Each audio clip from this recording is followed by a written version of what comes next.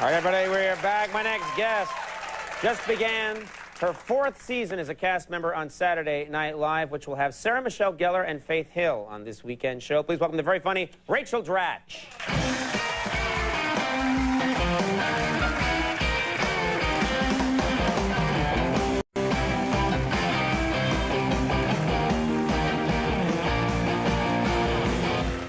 I gotta say, I love that dress. You look fantastic. Thank you. Thanks. I'm actually committing a fashion faux pas by wearing this dress because, like, I just wore this to wave goodnights on SNL Saturday.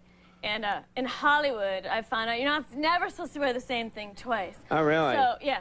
But I'm just like this suburban chick, so I'm just like, I'm just gonna wear this again. You're from the suburbs of Boston. You don't care. You'll just wear it. You should wear it every time you're on TV. I know, So people just think that you have no clothing except that dress. But see, like, I still get all excited about the little, you know, like running into all the celebrities and That's stuff good. like that. Don't get jaded. And, like, That's good. Yeah, and like actually Tom Petty was at our SNL party the other day. And I was like, oh my God, that's Tom Petty. And so I still, And like, oh, and also like, I forced a hug on Bruce Springsteen on that stage, you know, when we're all like saying goodnight. At the end, when everyone's like, sort of like waving goodnight? Yeah, because like he was there and I was like, I love Bruce Springsteen. I'm gonna hug Bruce Springsteen.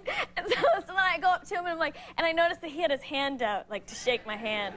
But I was already halfway there. So what do you do in that case? Well, I was already like this, so I just hugged him. So his hand rammed into your stomach, is what you're saying? No, he hugged me, but I just realized I was like forcing. That's good. You got to force the hug on people. Yeah. That's what I say. Anyway, yeah. Now, you've been on Saturday Night Live 4 years now, so... 3 years, yeah. 3 years. That's your 4th season. Yeah. But you got to be used to New York now. I mean, you've been living here long enough that you can't be jaded about... Right, well, I love New York, and I'm used to it, but there's some little things about New York that are a little more hoity-toity than, like, when I lived in Chicago and stuff. And one of them is, at my dentist's office, you can watch movies while you're getting your teeth done. So that's kind of like, oh, wow. Seriously? Yeah. I don't have that at my dentist. Well, maybe you should check this guy out. But anyways. He's a terrible dentist, but he's got movies. Yeah. But so you can watch movies. So I go in, I'm looking at the thing, and they have the first season of Sex and the City, which I'd never seen. So the first time I go in, I'll watch Sex and the City. Then I come in like 6 months later, and like continue with my Sex and the City thing. Then the third time I come in, I go, oh, watch Sex and the City. And she's about to do my teeth. She goes, oh, this room doesn't have headphones. And I was like, I wish I'd known that before, because I wouldn't have picked Sex and the City. Right. So then I'm sitting there having my teeth cleaned, and there's people like loudly having sex on the screen, and like swearing and, you know, doing all the stuff. It was really awkward. That's coming out of the dentist's office. Yeah. That's terrific.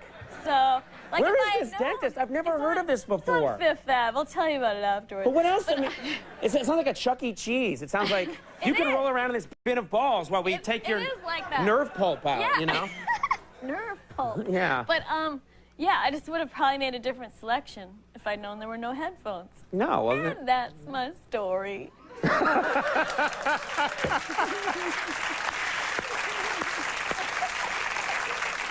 I'm going to work it out so a little curtain can come down in between stories. Yeah, from now on. Okay.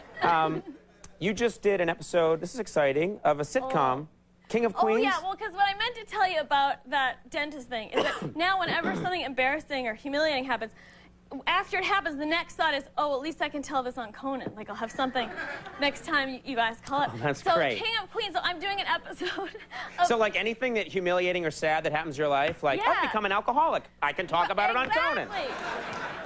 Yeah, so I did this episode of King of Queens that airs in a couple weeks, and it was my first sitcom thing, so I was excited about it. But, so the part I was playing is this sort of, like, homely chick who rents shoes in the bowling alley.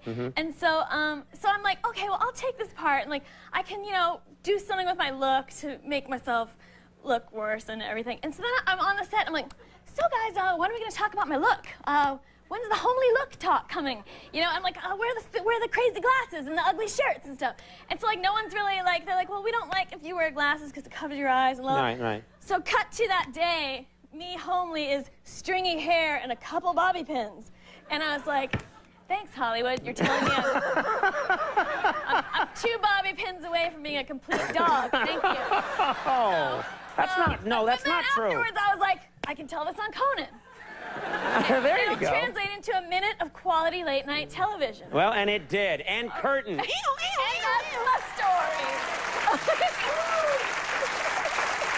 I'm getting that curtain put in, but only for you. That'd be awesome. Now, you just did your first Saturday Night Live since a good friend of yours, Anna Gasteyer, left. Oh, yeah. And she had a baby and left. And I was thinking to myself, like, why does she have to leave if she has a baby? Like, why can't she be doing sketches holding the baby? Right. You know? Well, I know. Well, Anna, she wanted to go. It was time. But I know I was thinking about how whenever like a sitcom or something is going under, they always add a baby to it, you know, to spice things up. Right. And it's just everywhere. And then I was realizing, because I watch a lot of TV, and so I was realizing that there's even a commercial that has done that. It's a commercial campaign that's been out for a long, long time. They just added a baby to spice it up, and it's the Country Crock commercial with the 2 hands. Now there's a baby monitor as well, and like even the Country Crock couple has a child to bring new life into the margarine campaign. And that's my story.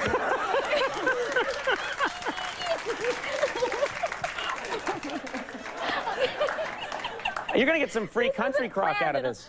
Well, I hope so. Yeah. Wouldn't that make it all worthwhile? It really would. All right. We're going to talk about this weekend. Let's talk about this weekend show. You got some good guests coming up on that show. Yeah. That Saturday Night Live show. Yeah. Sarah Michelle Gellar's hosting Saturday Night Live. Musical guest Faith Hill. Right. That's a good show. Yeah. And then oh.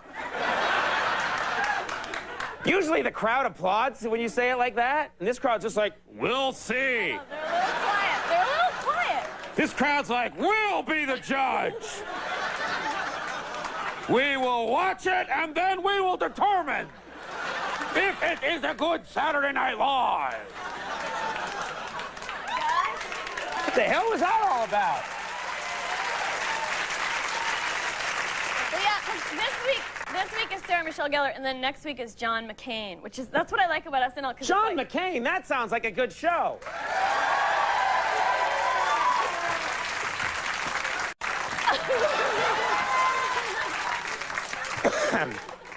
All right, and that's my story. Rachel, you look lovely. Thank you so much for being here. Come back soon. Rachel Dratch, everyone. Tom Petty and the Heartbreakers coming up. We'll take a break. We'll be right back.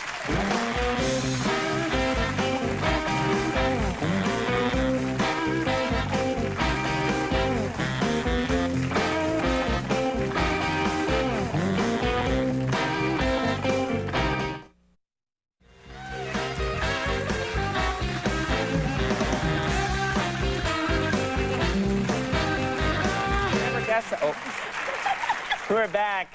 All right, coming up tomorrow night, great show coming up tomorrow night from the movie Moonlight Mile. Susan Sarandon is going to be on the show. Yes. From ABC News, George Stephanopoulos is going to be here, and comedian Jimmy Carr will be here, so watch that show. That's a good one. All right, folks, we'll take a little break. When we come back, Tom Petty and the Heartbreakers are going to perform. Stick around.